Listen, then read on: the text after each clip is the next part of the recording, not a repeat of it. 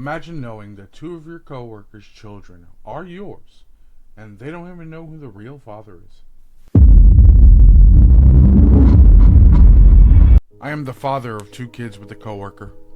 She went through a wild period for a year, cheating on her husband, who's a police officer. She did everything, gangbangs, girl on girl, you name it, totally wild.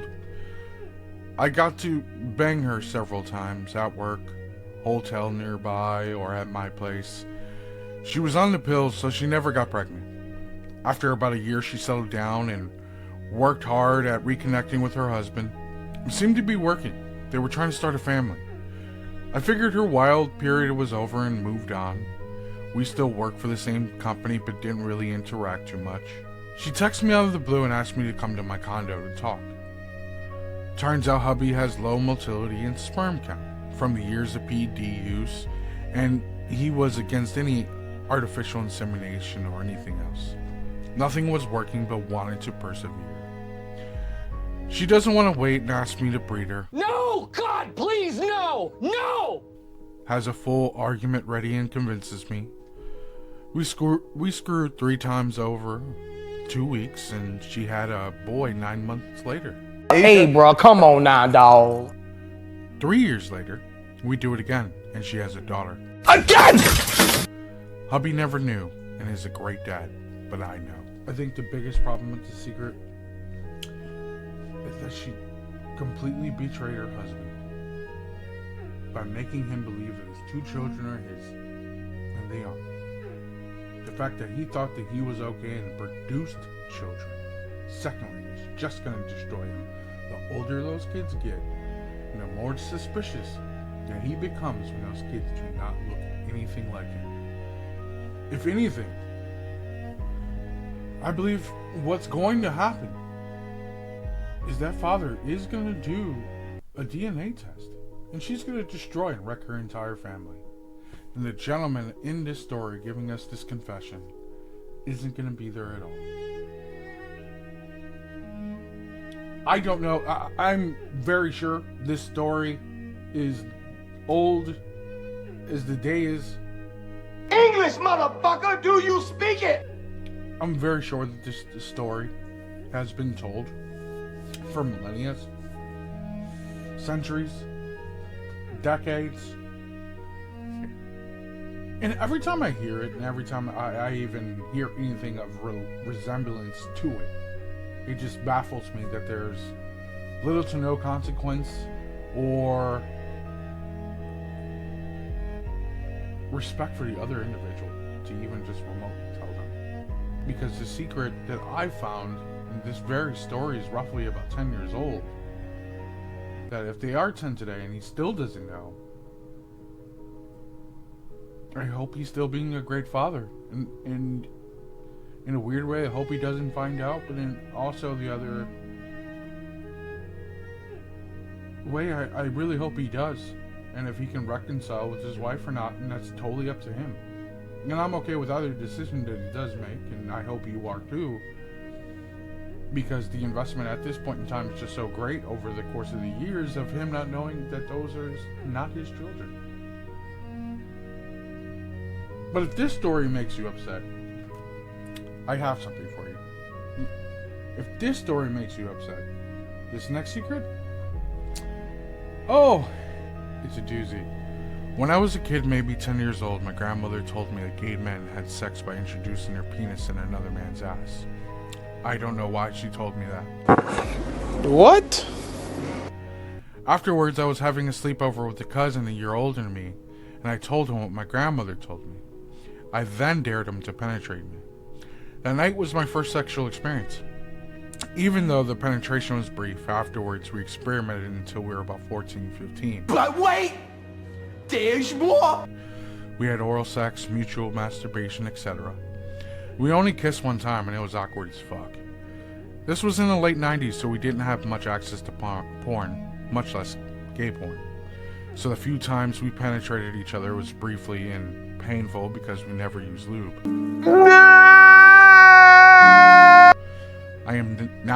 I'm married, and he's a priest. We have never talked about it afterwards, and haven't seen each other in a few years. To be completely honest with you, I have too many thoughts and feelings about this secret. Much like you, I am having I'm having difficulty with properly organizing my thoughts to give you an articulate response to this. Because I know that, one, he's 10 years old. Two, I know for a fact that his grandmother probably wasn't ill-willed in divulging this information to this young man.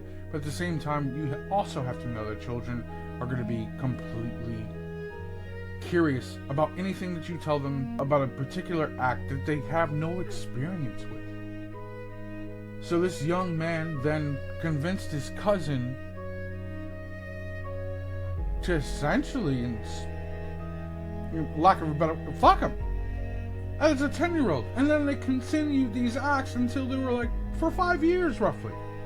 So for 5 years you're doing this, and then they stopped doing it at some point in time. We're unclear of that timeline, and then now he's living life as a family man. You got this gentleman at a church, which is beyond wild, because I don't know, well, you don't know if those fetishes continued, or those taboos, or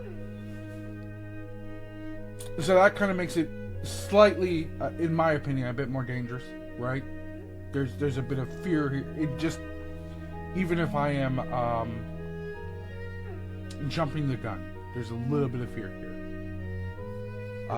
But at the same time, I hope that you've mentally come to terms with this secret, with these actions that you've taken part in. I hope that you acquired some type of therapy.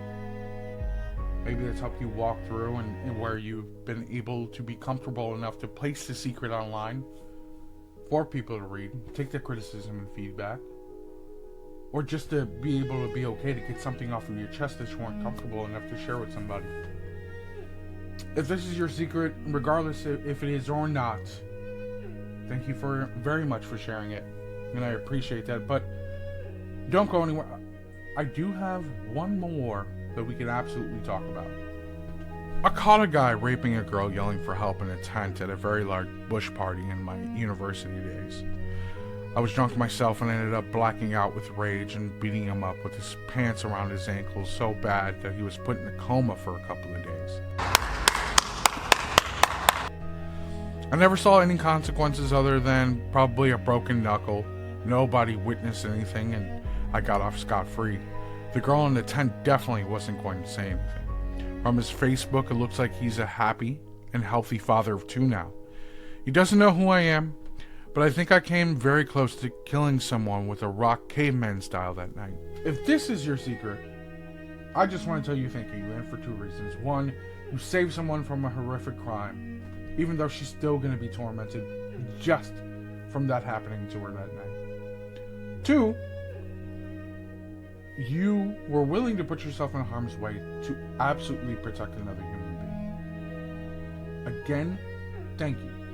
But aside from that, I believe that we also need to start having more conversations in regard to university and party safety, and being able to have more monitors, cameras, and such on university campuses, so we can stop incidences like this, so we don't have a gentleman who just divulged a secret that happened to him and his experience with going out on a university campus, preventing a actual grape that was happening live in action in a tent while a party was going on right next door.